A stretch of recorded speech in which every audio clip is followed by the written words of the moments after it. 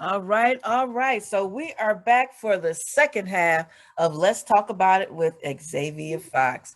And right now we are bringing on one of my guest hosts, Mr. Marvin Harris, who his show is called, what is your show called, Marvin? Love, sex, and the ships they sail in on. Oh my goodness, that's right. How you doing today? I'm doing well, Xavier. How are you? I'm doing great. I'm really excited about your show. It seems like everybody has had their first full show but you. So I am so looking forward to this. And with all of that said, I'm about to turn the mic over to you. Oh, great, great, great. Xavier, again, it's always nice to hear from you. You have swiftly become one of my favorite people. Now, our conversations have always been enlightening. We haven't always agreed, but they have put thoughts into my head, and I'm hoping that our dialogue with you has done the same. Well, thank you for that great compliment. You're very welcome. Very welcome. I'm pleased to be here today. And love, sex, and the ships they sail in on is all about talking about the context by which we make love, have sex, express ourselves within different types of relationships, right? And some of those different types are the obvious ones, like committed relationships and friendships, but the more ambiguous ones, like situationships, I believe they deserve some clarity as well. They definitely do. You got your friends Yeah. with benefits and your Yes, booty calls and your yes, Netflix and chills and who yes, knows what the dynamics really are of all those things. absolutely, absolutely. So what they all have in common is one thing, though. So I'm gonna start off with a question for you, and I think it's a question I may have asked you before. Okay. Um, what is the number one reason why relationships end? The number one reason Now, I'm gonna give you three relationship. options, Yeah. Okay. right? Mm-hmm. One, do relationships end due to poor sex? Do relationships end due to poor communication?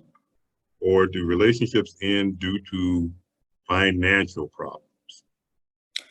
Well, I would say that we would go to, because I'm a baseline kind of girl. So we're going to Mhm. start with communication would be the reason most relationships end, because that is what falls over into the financial issues and the sex issues because we're not communicating properly about it. Xavier, you are correct. Hey. Number one reason why relationships uh, end or experience difficulty is due to poor communication. Today, I want to talk more specifically within this context of love, sex, and the ships they sail in on. I want to talk very specifically about communication, Okay. and I want to talk about responsible communication. Okay. Okay, so there are ways I'm sure you know that people can communicate. They can communicate in so many different ways, right? We can communicate verbally, non-verbally. We can communicate using harsh words. We can communicate using, an elevated tone. We can communicate using dicey choice language. There's so many ways that we can communicate. But in order for us to effectively communicate within the context of any relationship, anyone, not just the committed relationships, but those situationships that we talked about too, and Mm-hmm. those friends with benefits relationships, we have to communicate in a responsible way. So if we take a look at um, communication from a business standpoint, there are some things that uh, people communicate about within the context of business. There are styles of communication within the context of business that overlap into more personal relationships as well. Now, there are 7 points I'm hoping that we can have a pretty healthy discussion about today, Okay. all right, that I believe applies to any form of a personal relationship when you're trying to communicate effectively and responsibly. Now, they're not in any particular order in terms of how you should do it, but I think all 7 of these attributes should be within the context of dialogue. All right, so number 1, communication must be prepared. Oh. Mm-hmm. Now, that might sound a little surprising, though. Yeah, you said Yeah. prepared? Yeah, prepared. Okay. Now let's keep in mind, most of the time when we're talking, we are sort of communicating in the moment based on how we're feeling, based on how something was said or done and how it impacts us.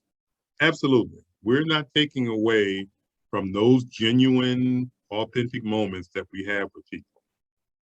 But when we are really trying to communicate something that's really important and has to be said in such a way that you want your point to get across for long term, you have to prepare to communicate.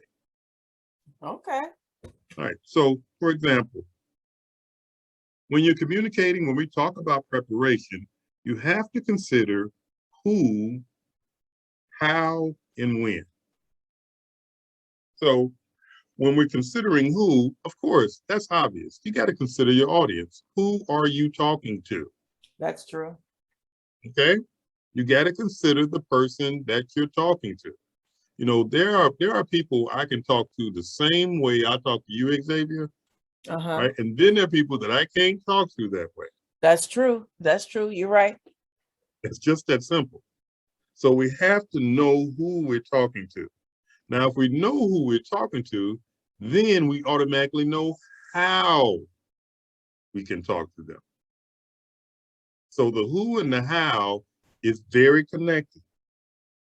So if you know who you're talking to, you can know what choice of words to use, if you can use a certain tone with them, if you can be sarcastic, if that person is witty as well, if you all kind of like can have a dialogue that's sort of like lighthearted, or if it has to be really direct and serious. That's all based upon the person that you're talking to. So the who and the how is very important. And then the when is equally as important. So when we're talking to people, you know, obviously some people just aren't morning people. So it's going to be really difficult for you to have a conversation with me that's of a serious nature early in the morning. I'll admit that. That's you funny. know, yeah, I'll admit that. If you start talking to me about 6 in the morning, 7 in the morning about something that's really super serious, I might have to give you a call back. Okay. Yeah. And not only time in terms of chronological time, but sometimes it just isn't a good time to talk about certain things based upon what people are going through, what they're experiencing during the course of their day. You know, there's a lot of events and experiences that people have that can really influence their ability to hear what you have to say. So the who, the how, and the when is really important. Now, the other thing that is involved in preparing for some responsible communication is the ability to actually open yourself up to consulting with other people before you actually have that dialogue. Now, I find this very important because maybe Xavier, you've experienced this or you've known people that have done this. They just feel like they're so right about something. Absolutely. All right. And they go over it over and over again in their head and they are ready to go in on somebody. But at the last minute, somehow they find themselves in a dialogue with someone else about what they're about to talk about. And that person gives them another side to it that changes their approach to that discussion at the very last minute. I've had that happen with my kids in particular. I have as well. And I think it is invaluable to actually have people in your life that will keep you from damaging other people because you feel a particular way about something. So when we talk about responsible communication, that's what we're talking about. We're talking about considering the other person when you're communicating. I'm hoping as we continue here, you will see that this is a theme throughout the discussion here. Responsible communication definitely involves you considering the person that you're talking to. Number two, the number 2 point is communication involves concise communication. Now, again, we're talking about having a dialogue about something that's really important. Again, Xavier, have you ever been in a dialogue with someone and they're trying to talk to you about something that's really important and they are all over the place? You keep bringing my kids to mind. Especially that youngest one. You know, she's talking about, oh, this is an emergency. But then I'm like, yeah, so when are you supposed to do X, Y, Z? And she's like, oh, I don't know, but it's an emergency, but you don't know. So the answer should be right now, but it's you don't know. For me, communication has to give me a clear understanding. If you are talking to me and when you're done talking, I'm still as confused as I was when you started, that's a problem. Absolutely. And the culprit here, when it comes to individuals who are just kind of all over the place when they're expressing themselves, is emotion most of the time. It's what they're feeling in the moment. Right. And they are just expressing themselves and just talking based upon how they're feeling in that moment. And they're experiencing a range of emotions. And most of us can't identify what we're feeling. We can just only talk about it as far as like, analogies or maybe, some other thought that pops into our head. And it's just all over the place. And you really miss out on what they're really trying to talk about, unless you're a really good listener. And then you're able to weed through all that stuff. Most of us have so much going on during the course of the day. All right. Right. When you finally sit down and talk with somebody, it'd be nice if they do their homework and just kind of come with what the concern is, rather than all the other stuff that kind of comes along with it. Exactly. Yeah. But it's a challenge though. I'm going to admit it. It's a challenge for most of us to be concise because we feel so much. We're in a world that's, there's a lot of feelings in this world right now about a lot of things. That's very true. Yeah, we, right before we came on air, they obviously read the Rittenhouse. Did they? Yeah, they did. And I don't know if you heard, but he is not guilty on all charges. What? Yes. Now there is a lack of communication. Yep. So we can do an entire show about that, I'm sure. Oh my God. I'm sure that April is going to do a show on that because she's been a correspondent for some news station here throughout the whole trial. So, oh my goodness. Okay, go ahead. Yeah. I would definitely chime in for that. But I'm sure there's going to be a lot of feelings when it comes to that. A lot of feelings, and a lot of feelings that's going to lead to a lot of actions. You have a comment, a question in the chat, because you do have listeners on the call here. Oh, great. How do you guide someone in removing their emotions so that they can better convey their important message to you? Oh, great question. All right.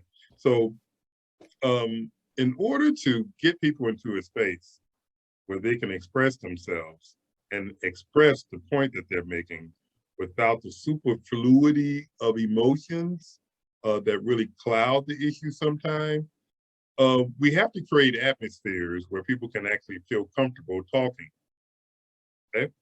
So, and that might involve you being silent while they're expressing themselves. One of the things that we're all guilty of is that sometimes people say things, and then all of a sudden you get a feeling regarding what they're saying, and then you want to respond to it. Mm-hmm. What's Mm-hmm. best in these moments when people are actually expressing themselves is to actually be a good listener. Right. And try to hear what's beyond all the emotion. Once they're done talking, make a point to reflect the point that they made. Not all the emotion that came along with it, but just the point that was made. Again, this is challenging. This is difficult because when people are talking sometimes, they say things that are offensive in an effort to make their point. Yep. Yep. It's very difficult. But if the goal here is to maintain or to prioritize the relationship, sometimes we got to put feelings aside and concentrate on the issue. So what you want to do in terms of guiding someone in a moment like this is actually give them opportunity to express what they're saying. Mm-hmm. All right. But when you respond, don't respond to the emotion, respond or reflect the point or the thought that they're trying to get across to you. And if you repeatedly do that, you'll find that over time they will decrease the amount of time that they spend expressing themselves emotionally, and they will be able to focus on the matter at hand. I use that that process where I kind of repeat. It depends on the conversation, who I'm talking to, and how heated or emotionally invested the person is in the conversation. But I will repeat back to them what I heard them say. I'll say, okay, so I heard you say blah, blah, blah, blah, blah. Is that what you were trying to say to me? Is that what you're saying? And so if they confirm that I have the right topic, we're speaking on the same terms, then I will go ahead and respond, to what they just said to me. Because sometimes we're talking and one person we're talking about two different things. Mm-hmm. We're standing there, we're making two different points. And sometimes it's so bad, because I've seen this happen on Facebook and with my kids. Sometimes people are saying the exact same thing, but everybody's so emotional they can't even hear it. Exactly. That's an excellent point. You will find that in most dialogues, people are saying the same thing, they're saying it differently, and they're speaking over one another, and they can't hear one another. You are right about that. Yep. That happens a lot. I see that happen a lot. For me, communication is definitely understanding. I hear people say, just like with your topic today, when you said effective communication, and as I was promoting this show, I continually said, because we know all communication is not effective, because the whole point of communicating, the whole point of it, because you can talk all day long and say nothing, but the whole point of communicating is having understanding be the result of it. Because if there's no understanding of what you said, you just said a whole lot of words for nothing. Yep. You are absolutely right. I think that, one of the problems that has developed when it comes to people communicating with one another in intense situations is that both parties want to be heard. Yes. If both parties want to be heard, the first thing that people do is talk, which should be the last thing you do. The first thing you should do is listen. And once you listen and you, like you said, you hear what they're saying and you understand what they're saying. Nobody's saying agree with it. That's something entirely different. You can understand people's point of view without agreeing with it. Ultimately, what everybody wants is to be heard and to be understood. If you can manage that within the context of a dialogue, you're almost home. Almost. Almost home. Because remember, we got like 5 more points here. All right. So the next point I want to bring up is communicate with character. So this is pretty simple. All right. sometimes people get into communication with one another, and then there are inappropriate exchanges during the course of the communication, where there could possibly be harmful statements that are made, harmful words that are used, things that are from the past that people bring up. You know, we need to communicate with character. We got to be respectful, and we got to be trustworthy when we're communicating with one another. Mm-hmm. Golden rule applies here. Treat people how you want to be treated. It's just that simple. So I'm going to do something that I don't do that often, but I'm going to do it a little bit. I do it a little bit here and there. Yep. So when you say respectful communication, mm-hmm. there's another social media personality that is pretty well known because of disrespectful communication. Mm-hmm. Mm-hmm. And when the people who are primarily attacked by this person's disrespectful communication, when they speak out, then it's said that they are not being accountable.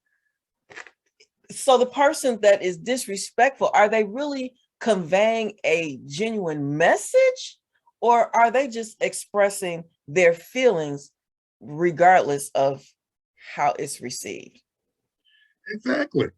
You know, anytime there is a level of disrespect in the dialogue, it's less about the content. It's far less about the subject that needs to be addressed at hand. And it's more so about the complexity of feelings and experiences that people have had, and they are expressing it in that moment to you. Mm-hmm. Mm-hmm. So it's more about how that person is feeling versus any validity of information that they're giving out. Absolutely. Mm-hmm. We are such complex individuals, Xavier, and you know, everybody is made up of all of their experiences. Right. And every time we come into contact with someone, every time we have a different experience, every time we have a new experience, we're going to take our past experiences unconsciously into that moment. And any feeling that we've had that is similar to the current feeling that you're having right now, we're going to bring that feeling with us from the past. And we're going to connect all of that unconsciously. I sure wish that some other people was on this call. I wish that person was on this call. Well, this show, I'm sorry, because we use the Zoom for the audio, I keep thinking like call, but it's actually on the radio. So yeah. But it is of a certainty that we carry our experiences with us. And it is also of a certainty that many of us have had experiences that can best be described as trauma. True. And when you've been traumatized, number one, and number two, have not addressed your trauma, it's going to make its way into any intense conflictual dialogue that you have that is similar to what you've experienced before. Yep.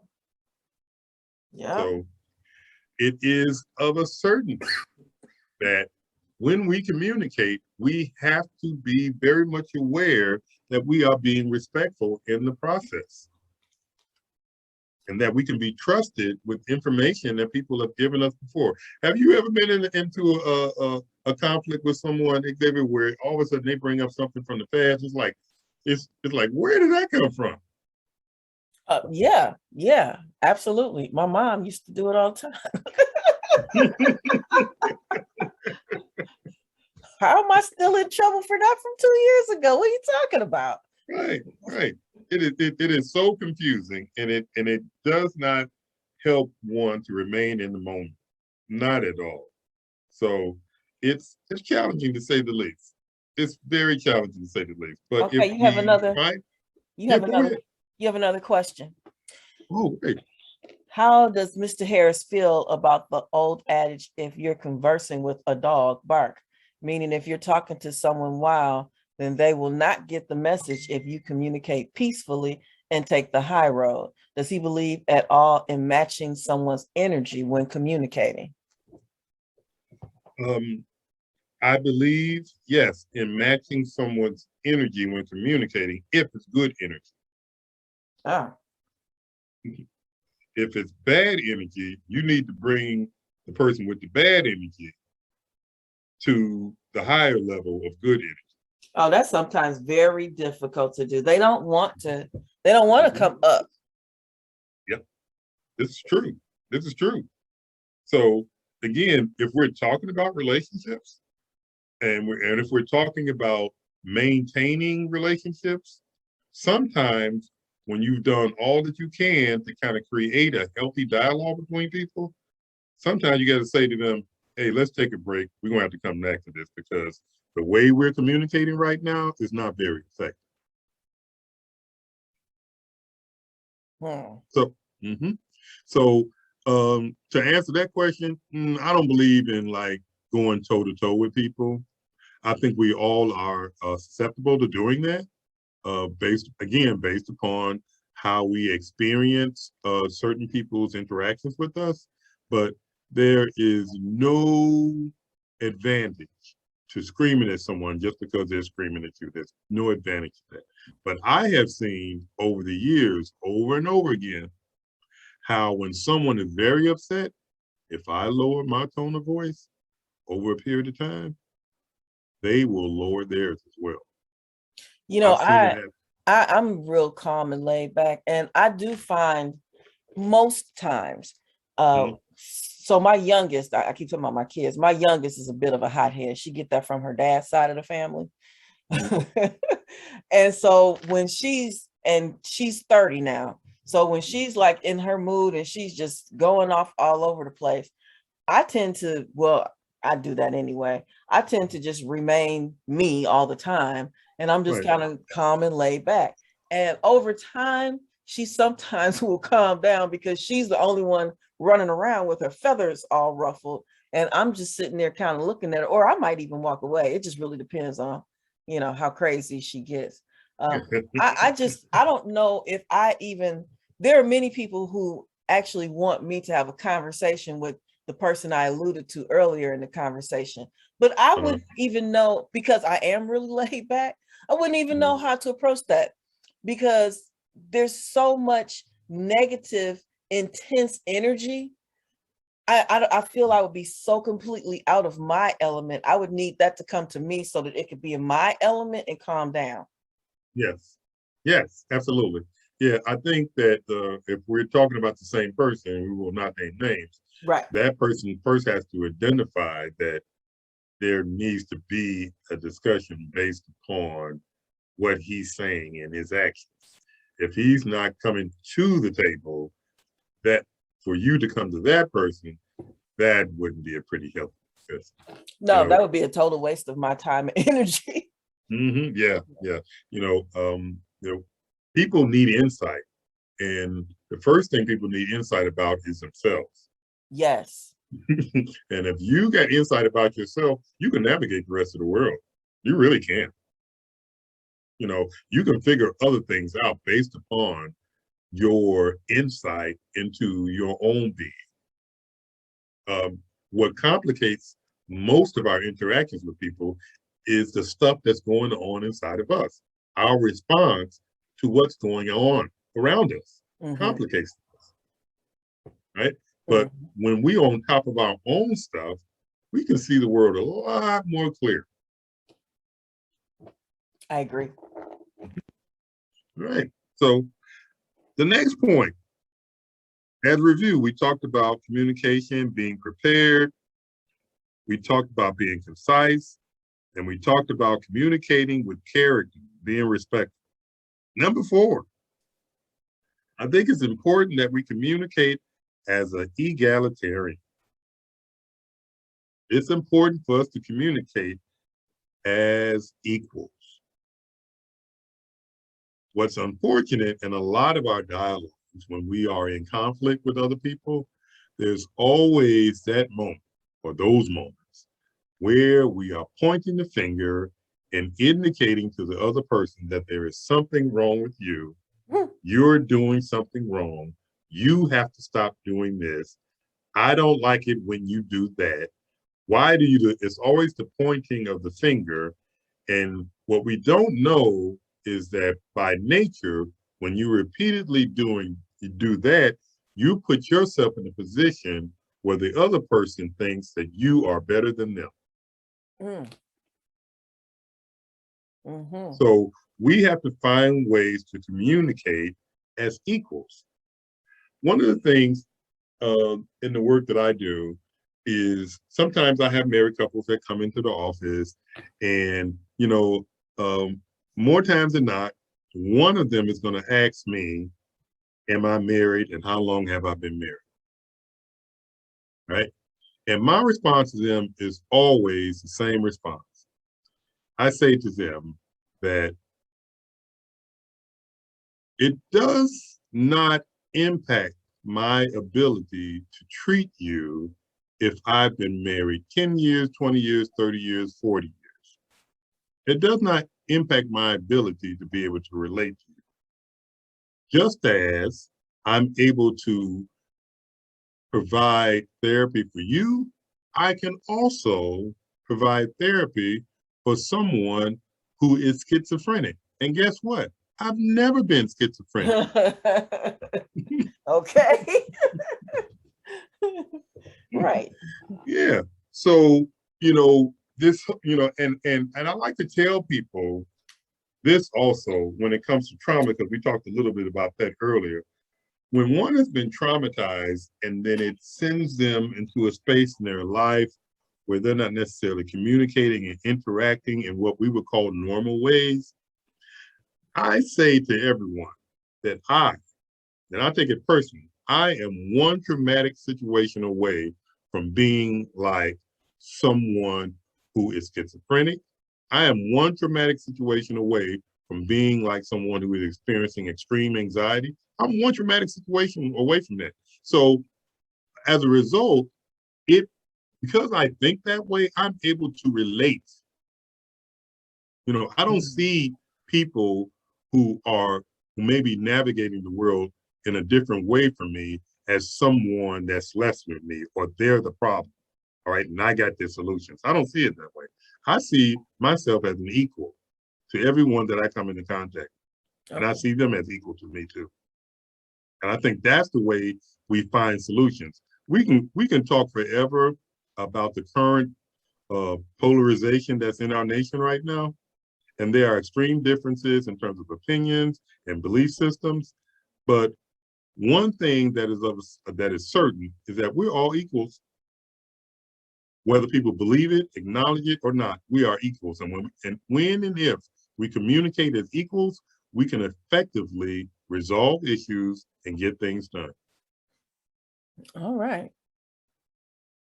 So we got to communicate as equals. All right, number 5. And this is related to number 4. We communicate because it's important. We communicate because it's important. So this kind of goes back to what we talked about earlier as far as preparation is concerned. We always will find ourselves in discussion sometimes, and by the end of it, we find that it wasn't a really helpful discussion. But if the relationship is important to you, if it is a priority for you to maintain a healthy interaction with this individual, you will prioritize. You will see it as important, and you will make sure that you do all of the above that I described in order to make sure that that relationship stays intact. So we have to identify that what we're talking about is important. So somehow we have to get that across to people. This is important. Huh. Now, it seems to be something very small, but women are really good at this. And I hate to talk about this from a gender standpoint, but women are really good at this because they'll say to their partner, "We need to talk," or "I need to talk to you about something." Mm-hmm. When they say that, it's important. Mm-hmm. It is.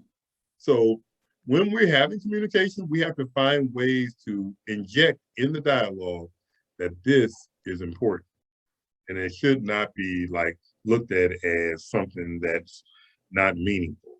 So what do you do if your mate comes to you with a conversation that is important to them, but seems quite trivial to you? Oh man, that is an excellent question. And I think that's something that happens quite often in relationships. Would you mind giving me an example of something along those lines? Well, for me, it usually comes about, I am a very social person. Of course, what I do for a living keeps me out and about and in the public anyway, but I enjoy that. So, if I'm going to a networking event, and it's important to me that I'm seen with, the man in my life, as I'm out and about, because otherwise it kind of gives off a single thing. Well, I'm single right now, but I am referring to when I was in relationships. And it just seemed like that whole concept for the last two guys that I was actually in a relationship with, I would come to them with this, and it was important to me. And it was just so trivial to them. Often I just felt like I was blown off, and I was a burden, and it was an imposition on their time, and it just all of that kind of stuff. It was just a very horrible feeling. And I know that everything is a lesson to learn. So I know that going into the next one, that will be something I will look for up front. I'll make sure that he's a social person as well. But when something is very important to you, yet someone else feels like it's just a non-factor, it's hurtful. It is. It really is.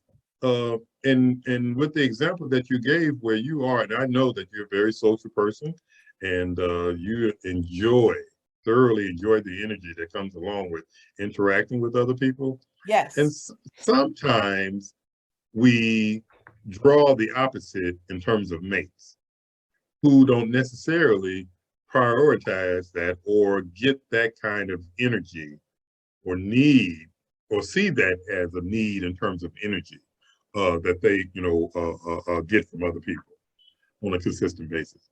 But here's the thing, though. 2 points here. If there is something that is important to you and not important to your partner, the thing to understand is this, that when one has something that's important in their life and the other person does not see it as important, all right, what you got to consider if you're in a relationship, if it's important to one person, it's important to the other person too. You have to make that shift if you're going to be in a relationship. What's important to one is important to the relationship. It might not be important to you as an individual, but in the relationship, it's really important. The other point I want to make that, it's really like unique to these kind of dynamics is that not only is it important to the relationship, but chances are if the other partner is indicating that what you're saying or what you're doing is not important to them, that's because one of their needs is not being met in the process. And you got to figure out what that need is and see if that need can be met. And that way, both of you can be satisfied with the interaction at that point. Does that make sense? It does. So in my case, with one of the guys I had a relationship with, so he would always say, I just really don't like people. And I would always say, well, you're going to have a tough time here on earth because it's full of people down here, but I don't know. Some people just are not in, and so what draws them to me is, another one of my questions, because clearly I am not the homebody, quiet, tuck me away somewhere kind of woman. So I'm not sure why they even, are drawn to me. But that has been a big issue for me with the past two relationships. Just I felt that my voice wasn't heard of the importance of that particular situation. Well, let me say this, and I don't want to make this about you, Xavier, but I will say this about you, that as social as you are, and as much as you draw from the energy of others, you also equally have a very endearing, sort of homey, kind of like vibe going on, where you can actually embrace the very like unique and quiet times with someone. I I can think do that too. and I believe you can do it well. Yeah, I So, do that part well. But so then mhm, I want you to balance with me. exactly, exactly. So this is where we talk about. So, for example, in the event that someone is really taken back by the socializing, I would kind of drill down on a statement when people say, "I just don't like people." I'd drill down on that because on the surface it don't make sense. Because if you don't like people, are you saying you don't like yourself? So you know what I'm saying. So that's the surface response I give. First of all, which would lead me to kind of drill down on what they're saying. Okay. I'm Mm-hmm.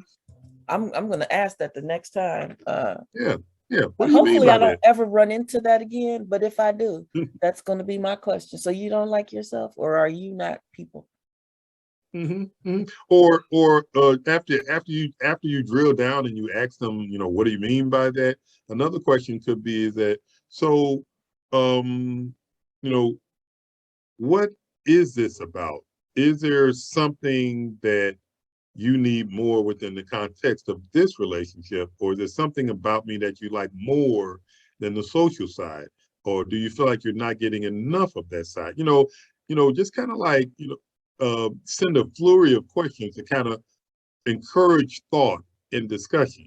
Now, it's going to be a challenge, from the very beginning if his first response is that I just don't like people. You Mm-hmm. know, Mm-hmm. that's pretty narrow in thinking. But if you can find a way to kind of like push the dialogue and get them to communicate more openly and freely, you probably find out some things you didn't know before. Here's the other thing, and I know we said we weren't gonna make it about me, but it just is falling in place like that. The other Uh-huh. thing is I ask questions, and so I often get that statement, you ask a lot of questions. But I mean, I host talk shows, I interview people for a living. So Mhm. questions come pretty natural for me. But Yeah. when I ask questions in a relationship context, it seems that they're often somewhat put off because I do ask, and I ask the tough questions because that's what I do. Hmm.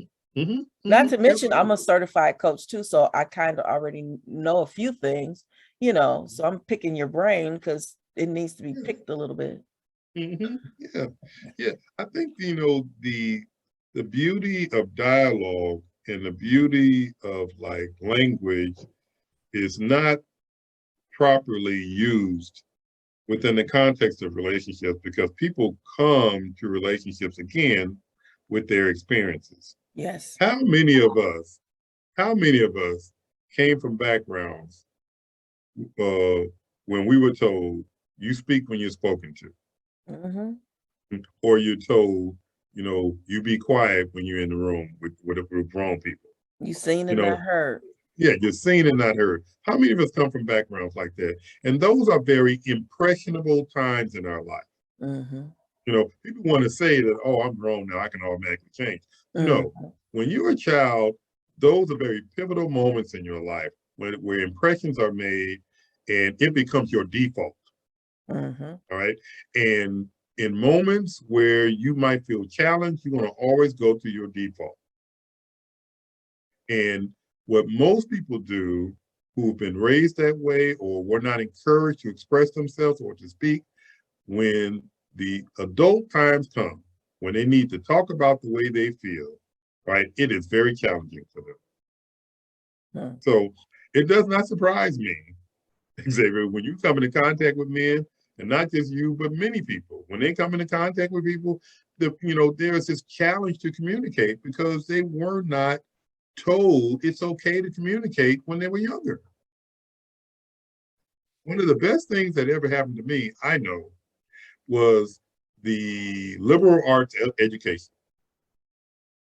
And within the context of the liberal arts education, I was given so many different points of view about things that I just thought there was only one way to look at it. Mm.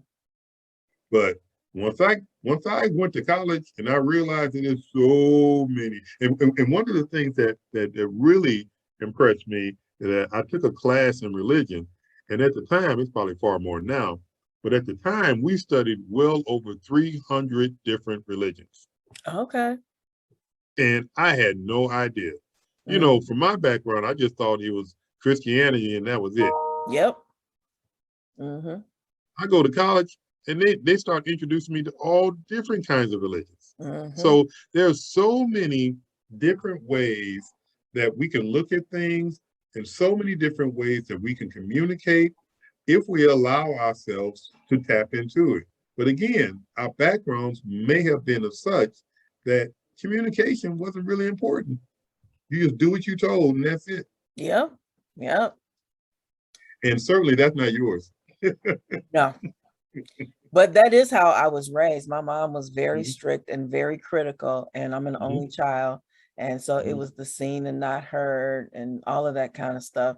However, I don't know if it's, being a Leo woman, you know, Leo, that's a real thing that is just in you.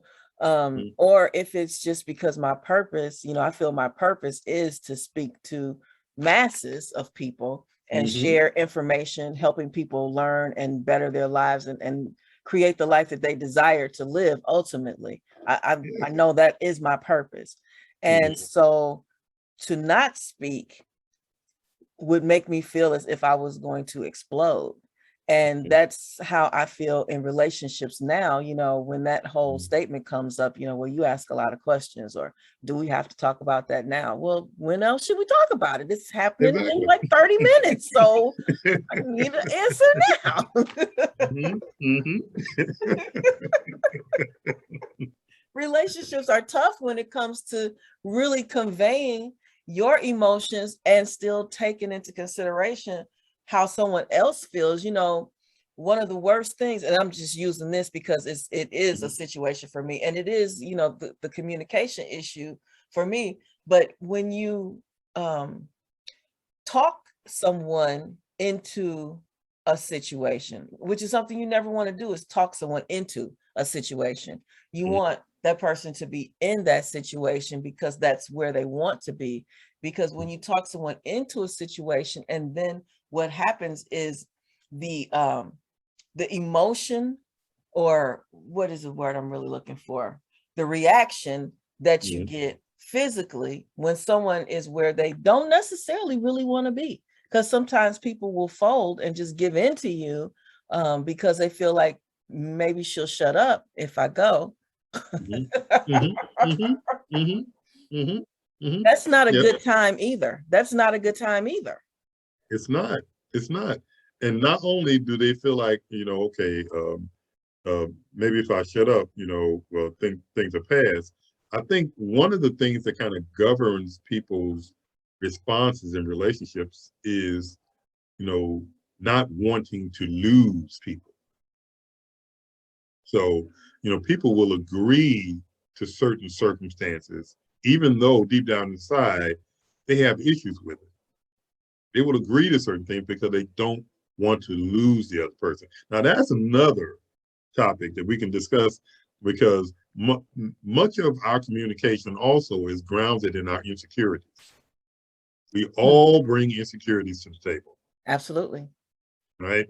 And sometimes insecurities come out in the form of asking people or wondering why, and Xavier, this is for you, of wondering why you got to socialize so much. So this could be one of the hidden insecurities of some of the people that you might be dating.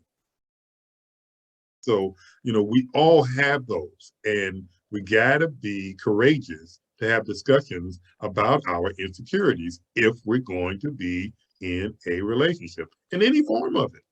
I think You have to be vulnerable.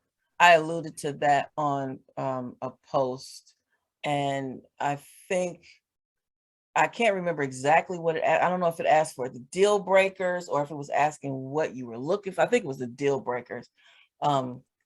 And I said, I want someone that is not going to say, in the first date, oh, I bet you meet a lot of men, because I'm out and about. I bet you meet a lot of men. I hear that so often. And I think it does speak to a certain insecurity. I don't know if it's an insecurity. See, I think there's two types of insecurities. There's one that comes from within, and there's one of being insecure in the relationship itself, because the person has not secured the relationship. Yes, I agree. And I never know where that I bet you meet a lot of men comes from. Are they looking to see how committed I will be to a relationship, or is that a personal thing? On date one, I'm thinking it would be a personal thing. Maybe. Yeah. But I'm not exactly sure. But that's one of my deal breakers, kind of, because it leaves me wondering, is this person going to be jealous and insecure? Am I going to have to go over and beyond to make them feel secure in the relationship? Because I don't want to have to do all of that. I feel you on that one. Absolutely. Yeah. But again, everything that we're talking about today, Xavier, it's about being able to effectively communicate and not sort of like resisting the opportunity to drill down and to really kind of understand people's points of view and why they say certain things and why they react certain ways to certain things. And again, if we do this within the context of the relationship, we're creating a safe environment so people can actually be able to talk about these things. And in the event that an individual is not prepared to take these steps, they're not ready for a relationship. It's just that simple. Because again, number one reason why relationships fail is poor communication. And if we can't determine early on in a relationship that we can talk through things, the relationship is going to run out of gas at some point. And I think this is a good time for this question. Someone posted it, and she told me to save it for the end, but because you were just talking about the relationships, I think that it's a good time for it. How important a role should love languages play in seeking or even strengthening relationships? Is it an important enough communication factor for prospective couples to take time to address? So I'm going to say this, and this may seem a little bit off the wall, but I'm going to tell you, it is a tremendous tool. You got Netflix, Xavier? Yeah. Okay. So have you watched Love, Sex, and Goop? You know what? Nicola just mentioned that yesterday. Oh no, she mentioned Sex Education. I actually started watching Love, Sex, and Goop, but I didn't finish it. Yeah. I think it might be worth your time when you got some energy and you can be very patient with the process. It's worth watching, and I say that for this one reason: there is a quiz that's on there that I think everyone that's in a loving romantic relationship they should take, and it speaks to this question about love languages. Okay. And when you take this quiz, it will give you further understanding in terms of how you communicate from a love and sexual standpoint. And I think this is where, again, communication is essential. The way we love and the way we want to be loved is different. It's entirely different. And we have to tap into how our partner wants to be loved. Mm-hmm. Mm-hmm. We have to take the time to have extensive dialogue and communication about this. It's not laborious. It's not, a painstaking. I tell you, if you open yourself up to actually having this dialogue with your partner, you will find it will open up doors in your relationship from a love and sexual standpoint that you will begin to experience love and sex from a transcendent standpoint because you are connecting to that individual based upon how they want to be connected and not just what you want in the relationship. Exactly. Exactly. Yep. When I think. you when people find a way to make an effort to meet the other need instead of you looking out for your own need, Yep. whoa, that turns into this sort of like whirlwind that elevates your experience to a space that you'll just be staring at one another. I before I found that love language test, I used to talk about loving a person the way they wanted to be loved, because we often love people the way we want to be loved, because that's all we know. Yep. You know, like I've taken the love language test, and so my number one love language is acts of service.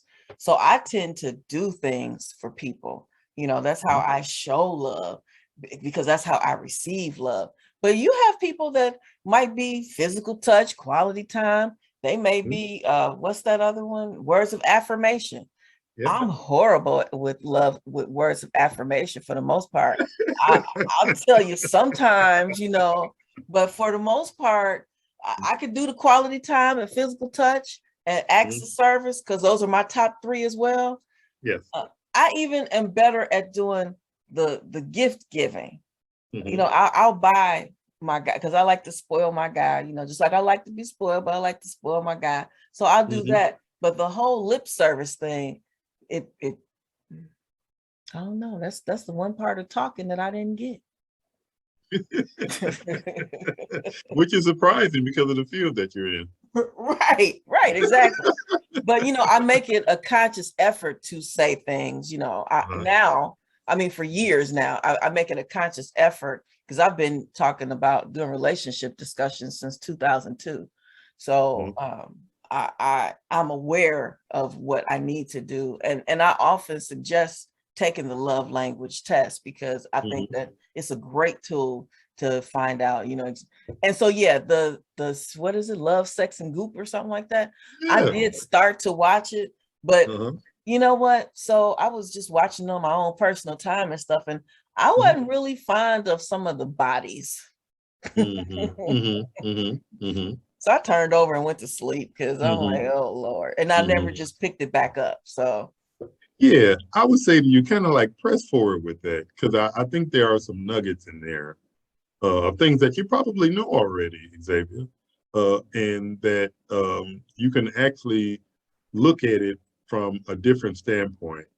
And I've always tell people that there's not much that's brand new in the world. All right, things just have a way of evolving, and I think evolution is important from the standpoint that uh, when people communicate, some people communicate differently from others. So language evolves so that we'd be able to effectively impact larger numbers of people. I can't say things to millennials the way I would say things to people back in like the 70s or 80s. It's just not an effective way of communicating. So what you're going to find in this show is that they communicate a little bit differently, but it's the same stuff that you know already that we need reminders about. I think we all know if you're gonna really have a good time, if if we're gonna talk about sex specifically, we all know if you're really gonna have a good time, you got to be about meeting the needs of your partner, because there will ultimately be an exchange if you concentrate on your partner rather than yourself. Right. So yeah, so to answer that question, yes, absolutely. There need to be discussions regarding that. And don't be afraid of them. And be honest with one another. Be honest, because there might be certain things that you like, that you want, that, because we live in an environment where, we're not necessarily like allowed to say certain things, or maybe women aren't expected to say certain things, or men aren't supposed to have certain expectations. We got to throw all that stuff out the window. When you're in a relationship, you got to be vulnerable and put it right on out there in terms of what you want and what you need. And again, it will take your relationship to a whole new level. So we got a couple more here when it comes to responsible communication. The next one I have here, Xavier, is check your self-esteem. Mm. Yes. Mm. When we communicate, we have to do a check-in in terms of how we feel about ourselves. The reason why I think that's important, because sometimes we can have a reaction to something, or a reaction to how someone said something, and it is not about what they said, but it's about how you feel about yourself. And you are having a reaction in that moment based upon your sense of self-esteem. You got to ask yourself the question before you get into intense discussion sometimes. Is this about that person? Is it about this relationship? Or is it about me? What's going on with me at this point that I'm having this kind of reaction? And in a lot of cases, you'll find that this has nothing to do with that other person and nothing to do with the relationship. It has all to do with you and something that's unresolved that impacts how you feel about yourself. Okay. That's the kind of work that's difficult for most of us. The ability to look at your own stuff, to look at yourself. It is so easy for us to look at other people. Mm-hmm. It's so easy. It take minimal effort for us to take a look at somebody else and figure out everything that's wrong about them. But it is hard to do the very same thing when it comes to yourself. Mm-hmm. And that leads to a lot of the arguments that we have, because we haven't checked ourselves before we enter into the discussion. We need to put ourselves in a position where we can be the healthiest individual that we could possibly be before you enter into a discussion. Mm-hmm. Because if not, you're going to put your issues, your stuff on that person. Yep. And that's not fair. So checking your self-esteem is very, very, very important. Now, the last one, which is really just like an overview of everything here, and it sort of maintains the theme that we have had throughout our discussion today, is when communicating responsibly, it has to be done through a looking glass. So one of the things that we talked about earlier, and which has become extremely popular now, is these situationships, where people now let me ask you, Xavier, what's your definition of a situationship, or what have you concluded in terms of what a situationship is? Well, I think the situationships generally fall under, the friends with benefits and the booty calls and things like that. They're situational. They are developed because of a situation that you want to be in with that person. And I think that those possibly need even more communication, because it is so easy for those to, or one of the people to go from a situationship to something that mimics a relationship and the other person not be at the same place. Mm-hmm. Absolutely. Mm-hmm. Absolutely. Hence the reason why we need to communicate through a looking glass. So I think that what we have prioritized in terms of communication is verbal communication. And yes, that is our primary way that we communicate with one another. But as a therapist, I've learned over the years that you get a lot more information from people through other means of communication that are not verbal. You get a lot of information. You do. One of the practices that we were taught in grad school is the ability to actually be able to sit in silence with a person. Mm-hmm. And you will be surprised at what people will communicate when you just sit silently with them. Paying attention to a number of different things. You're paying attention to the shifts in their body. You're paying attention to their eyes. You're paying attention to what they're doing with their hands. You're paying attention to like sounds that they make. There's so much that goes on that is nonverbal that we really need to pay attention to. And the reason why I'm bringing this up is because when it comes to these situationships, when it comes to these like friends with benefits situations where people agree that this is what they want to do, it is almost inevitable in most cases, not in all, it's almost inevitable in most cases that somebody is going to want something more than what was originally presented.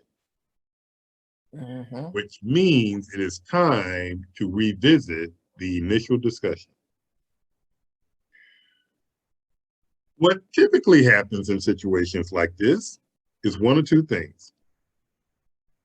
One, the topic is brought up again, and then someone admits that they want something more. All right. Mm-hmm. And then the other party says, well, that's not what I want. And then from there, their relationship begins to unravel. Or in some cases, people's egos get in the way. And instead of saying you want something more, you say that, oh, I'm fine with this the way it is. Mm-hmm. That's what comes out of their mouth. But being a responsible communicator, you should actually pay attention to more than just what comes out of their mouth. We will see a change in behavior, a change in actions, a change in, just general, interactions when people begin to want something more, despite what's coming out of their mouth. And you are equally as responsible in those moments to pay attention to what's being done. Yes. In addition to what's being said. Yes. Yes. And that is the biggest part of communication, that the words and the actions match each other. Mm-hmm. Oh my goodness. That was my dad's thing. He used to always tell me, actions speak louder than words. Mm-hmm. So he used to tell me people use words to lie. Yes. So Yes. if the words is saying one thing, the action is going to tell you. The action is going to tell you. Yes. Yes. You can always trust what people do. Yeah. Always trust it. Because if he say he's not married, but you can't never get in touch with him after 6:00, Monday through Friday or Monday through Thursday, it's a problem there. There's a problem. There's a problem. It don't matter what he say or she, right. or she. Yeah. No matter what they say. Yeah, those actions will tell you. Yeah. Because in addition to him being married, he's also declared to you that he is a deceitful and dishonest individual. Absolutely. And that is the biggest part.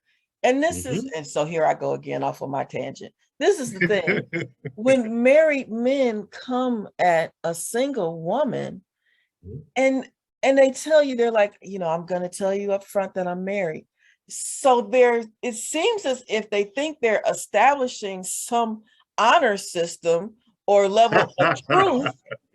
And what you just told me is that I'm going to tell you up front that I'm a cheater. So if somehow I can cheat with you, if you let me cheat with you, I'm about to do this. Is that supposed to be attractive? It's their attempt at being transparent, I guess.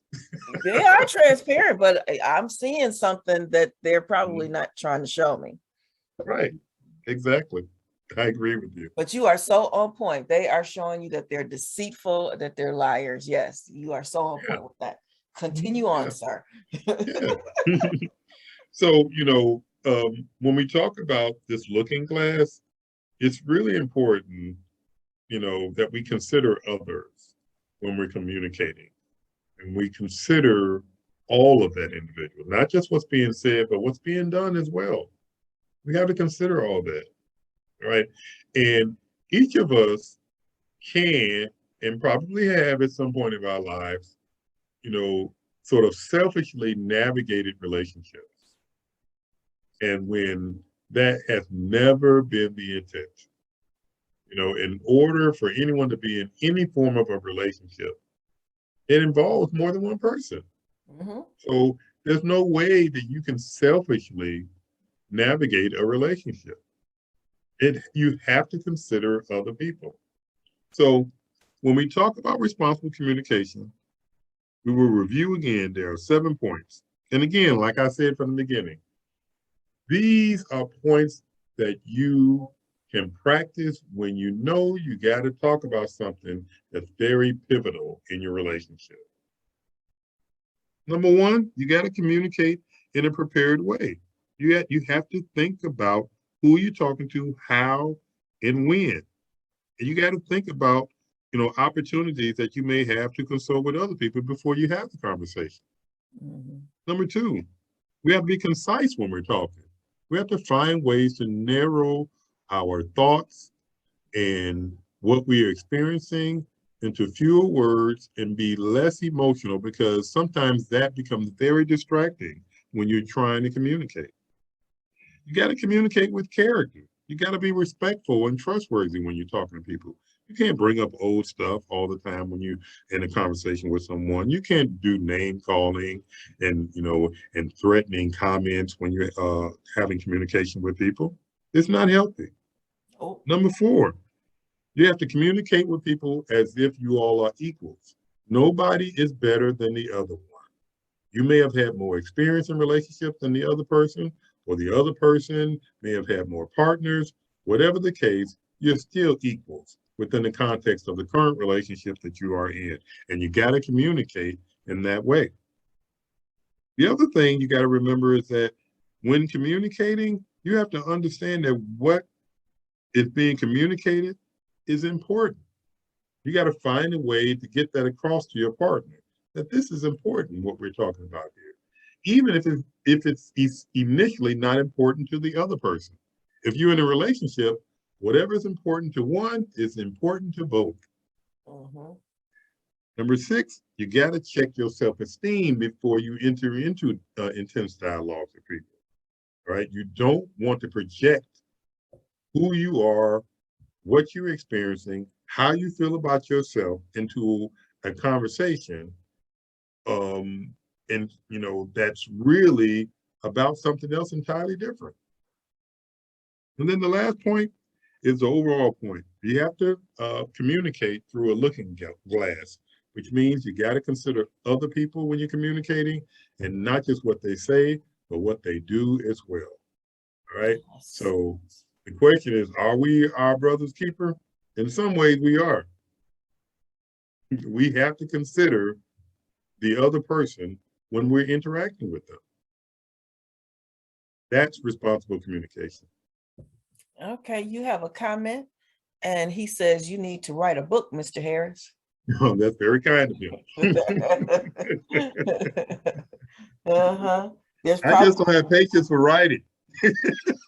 I would figure that you would probably have a book in the making. You did the whole thing with the 7. We should have named it 7 steps to effective communication, because people get hooked on learning the steps.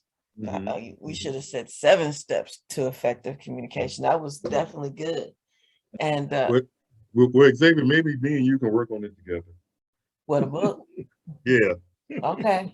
We can do that. We have to get somebody to transcribe to write everything down. I hear they have these things where you just speak into it now, but we could definitely do that. It'd probably be really interesting. I'm gonna tell you now, I'm gonna take everything and apply it to me. Great. I'm glad to hear that. I'm glad to hear it.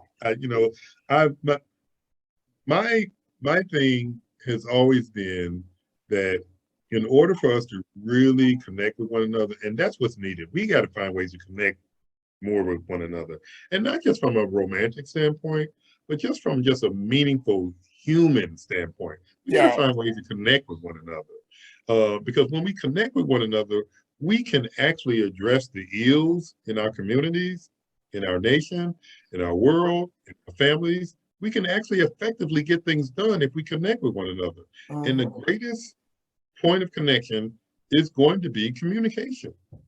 And if we can Absolutely. really master to some degree how we communicate with one another by being more thoughtful and empathetic, you will find that we will gain deeper understanding of others and even greater understanding of ourselves. That's good stuff. That's good stuff. Did you enjoy your first show? Yeah, I think so. I think it was a good time. It was a good time. I Yeah. enjoyed it, and I really like that you had people in the studio too. That Yeah. was awesome. Yeah, we want to invite some more people. We want people to be engaged in these kind of discussions, because I found over the years that nothing brings people to the table of discussion more than relationships. Absolutely. They love to talk about relationships, I can vouch young for and that. older. As I said, I've been doing relationship discussions, and this is just on my Facebook page. I've also done a talk show. I did a blog talk show back in the day, and I have a podcast, and now the radio show, and it never fails. The relationship discussions are always the biggest shows. Those are the biggest followings all the time. And even on my Facebook page, I can have the same basic discussion worded a different way, and you'll still get 100 or some comments, or more. Absolutely. Because it's something we can all relate to. We all, the human nature, we desire to be loved, Yes. accepted, and feel like we belong somewhere. Yes. I was spending some time with my mom recently, and my mom is 75 years old and act like she's 50 years old. Oh, that's a great thing. That's a great Yeah. thing. Yeah. So I was spending some time with her, and every once in a while she drops little jewels on me. And again, I say to people that there's really nothing new, in the world. It's just that we need to be reminded of things. We were talking about, the conditions of our community, and how in certain environments it's very unsafe, and how people are being harmed in ways that they just weren't being harmed years ago. And she said to me that people really need to start loving one another. And that sounds so basic. That sounds so cliche, but Xavier, I think both of us agree that it is truly what makes the world go round. It is. It is. We have to start loving one another again. It's hard for me to harm people that I love. It's just simply hard. It's hard for me to do that. I just find myself incapable of hurting people that I love consciously. Now, unconsciously, I can admit I have done things and will continue to do things that are harmful. But in those cases, when it's brought to my attention what I did, I am so sorry. But you know what? Mm-hmm. And I'm gonna throw this out here, and you may or may not agree with it, but you know what I think took a lot of the love out of the world? Religion. Because that put so much judgment. People were bad, they were going to hell, It put people in judgment of each other. And I think that took the love out of it, because love your neighbor. I told someone the other day who we were talking about religion. I said, what happened to love your neighbor as yourself? And he said, by loving my neighbor, I have to tell my neighbor where they're wrong. I said, who says you're right? Why did your neighbor have to be wrong? Because they're not like you. Yeah, exactly. Exactly. Some of the greatest wars that have taken place in the world have been based upon religion. Yeah. Yep. And when we talk about religion, I hear you clearly, Xavier.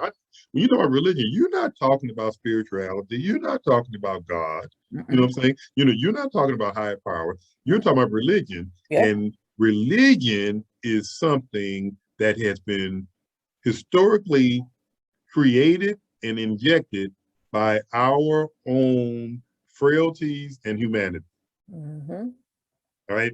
And when you talk about religion, you're just simply talking about how men over the years have injected their thoughts and their egos into something that's always meant to be pure and non-judgmental in an attempt to influence others. To control the masses, which is to control the masses, yes. For the most part. Absolutely, absolutely. So no, I'm not at all in disagreement with you, and not offended at all either, because I can tell, I can tell the difference. There's a difference between spirituality and religion. And I'm very spiritual. I believe in a higher power. I'm very spiritual, but I disconnected from religion because after studying, just like with you, you learn that there, the other religions, we didn't know that I went to a private Lutheran school as a kid, and my aunt was Church of God in Christ, Oh, Church of God in Christ. Yeah. Of course, I knew about Catholicism because Lutheran branched off from that, so I knew that there was a few different names for stuff, but it was all under Christianity, But then I became a minister at a certain point in my life. And then when I started studying to become a life coach, then we had to study all religions, because in order to really know how, you have to know a person's beliefs. What they believe is going to influence what they do and how they feel about what they do and all of that kind of stuff. When I started studying all religions, I was like, oh, so if I had been born in the Middle East or something, I would have believed something different simply because of where I was born. And another thing, all religions, everybody feels like they're right. Everybody is right. They don't even believe the same thing. Right. And so I'm like, there's like 244,000 different subcategories of Christianity. And they all believe something a little bit different than the other one. And they all think they're right. But yet that book says that God is not the author of confusion. And I don't know anything that's more confused than religion. Talk about communication.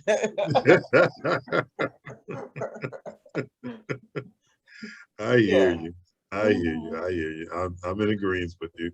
I think that it is in our best interest to find these areas in our life where we can agree on things and stop pushing our agendas, and stop, creating situations where you need to do this and not that, or mine is better than yours. No, no. I Those can't kind of accept agendas you if you're this certain way. If you believe this, I can't accept you. I think that's where a lot of the insecurities and low self-esteem, depression, and suicide comes from in young kids who already feel different. They feel like they're different, but they can't be who they are, Yeah. because they're going to be judged, not loved, but judged. And I'll add to that, Xavier, that sort of experience stays with people well into their adulthood. And I have several people that are in my practice who are still struggling with detaching from the judgmental experience that they had growing up when it came to religion. They're still struggling with it. I bet, because I spent a whole lot of my life in religion. Like I said, I went to a private Lutheran school from 1st to 8th grade. We had religion class every Wednesday. We were part of taking attendance on Monday, they asked you if you went to church on Sunday. And if you didn't go to church, they would send a letter to your mama. How come y'all haven't been at church? So yeah, that whole religion thing, I went through a whole lot of that. So I am very sure that you have some adults in your practice that are still suffering from the PTSD. Yes. and this is a hard discussion to have with people because most of us were raised in the church, and it is something that we just don't speak critically of. Right. When reality is that we should be critical of all things. And they think you can't speak critical of it because so when I denounced, I guess, Christianity, I went through the cognitive dissonance and all of that. And I was telling a girlfriend of mine, I was at her house. I remember it so clearly because it's hilarious to me now. And we were getting ready to go somewhere. I was in her bathroom doing my makeup, and she was talking about something. I said, well, I'm not into that anymore. She came to the bathroom door. She said, you're not into what? I said, well, I'm not into religion and all of that, the Christian God and all that kind of stuff. I'm not into that. She stepped back and looked up like she thought lightning was actually going to come through the ceiling of the bathroom.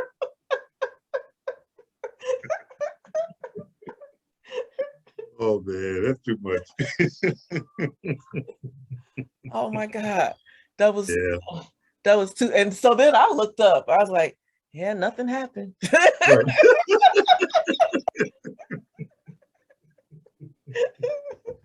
Oh man, this will probably be another topic for discussion another day because even during the course of this discussion, I found out we do have some other things in common.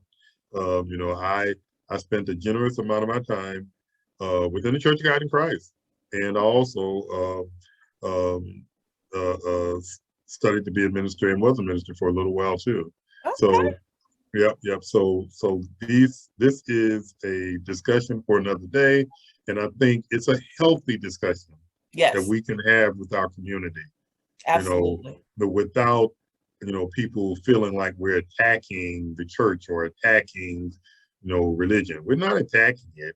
No. We're critically looking at it and coming up with ways that we can advance our belief system without being controlled. Because religion is one of the ships that love and sex comes in on. Yes. Yes. Religion plays a huge role in relationships. And, people set all kinds of rules and regulations and what's taboo and what's not, and it's all based on whatever their particular religious belief is, Absolutely. Even when you look at the Muslims with the multiple wives and stuff. So that's definitely a good topic for, love, sex, and the ships they come in on. We're going to stop them from sinking. All right, we're going to wrap up your show. You have any final words for your listeners out here? Yeah, I want people to become more responsible communicators. And the way we can do this is by not only being responsible for what we say, but also be responsible for what you see in other people when you're communicating with them. We can connect, we can be empathetic toward one another, and we can love one another. And we can do this in a very productive and a successful way, so that we can maintain relationships, maintain strong ones, so we can build and rebuild, in many cases, our communities and our lives. So responsible communication is a effective tool to practice. And between you and I, we'll come up with some way to kind of like put this together and post it. Okay, that sounds good. I definitely want you to post the information about the movie that you told me to watch because of the quiz inside of it or whatever. Yeah, definitely absolutely. Post that. That'll be good. It'll get some more activity on the public group for the radio show, the Xavier Fox Talks. What is it? Let's talk about it with Xavier Fox. I'm working on my podcast. It's time to do a podcast show. We're doing the podcast Evolution of Relationships, as a matter of fact. So, and that is that I have them all similar. So Right now, let's talk about it with Xavier Fox. And that's the name of the public group on Facebook. So everybody should join that public group and you can get the information that Marvin is going to share in the group with the quiz. All right, good. Thank you so much for having me. All right. It was a great conversation. I'm glad that you were here. I'm looking forward to, when is your next show? It's going to be December. Let's look here. Oh my God, we got to put here. December, would it be December 24th, I believe? Oh no, remember we changed it because that's right. That's right. So I believe I have you for December 17th. 17th. Is that a Friday or are we doing it Thursday? I believe that's a Friday. Okay. You are correct. Okay. So yes, December 17th. Topic to come. But we will be here on the 17th. Looking forward to talking with everybody again. All right, that sounds great. Well, you enjoy the rest of your day, and I'm about to close out this show. Today is November 19th. If you are listening to a replay of this show, be sure and catch the live shows on Mondays from 7 to 9 a.m. and Thursdays and Fridays from 12 to 2. Now, who do you know in Chicago that always knows what events are going on?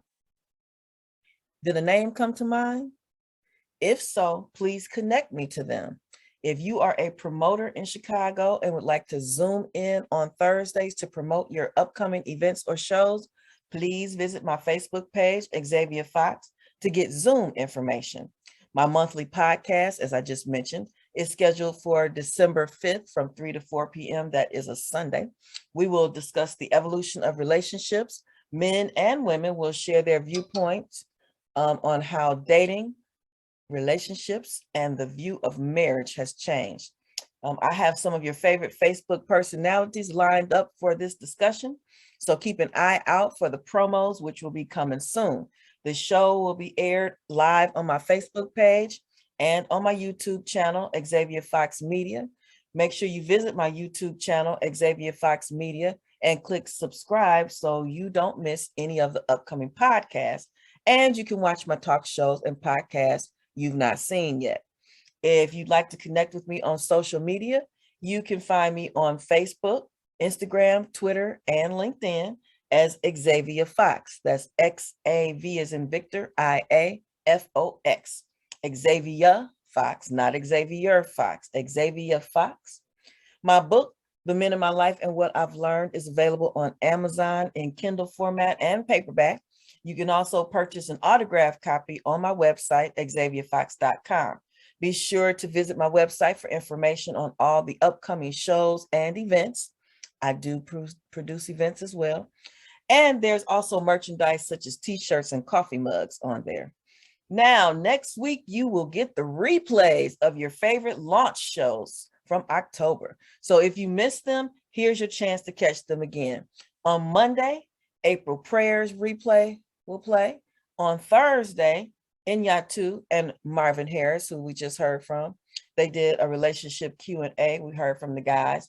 On Friday, the 26th, it will be Eric Prince with his launch of Holistic Health and Fitness. That was a great show. He talked about age reversal and the machine he has that scans your cells to see how your body is balanced and where you're lacking things. And then on Monday, the 29th, Khalid and Gina, and their launch show was really something else. It was a really great time, so you don't want to miss it.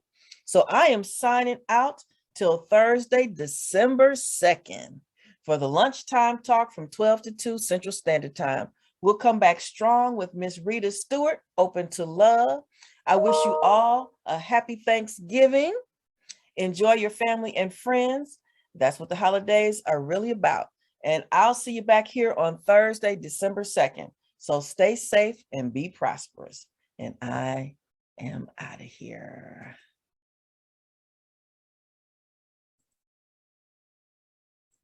Is in my ear, I need a cup, they bout to spill. I'm so cocky, baby, I'm so cocky.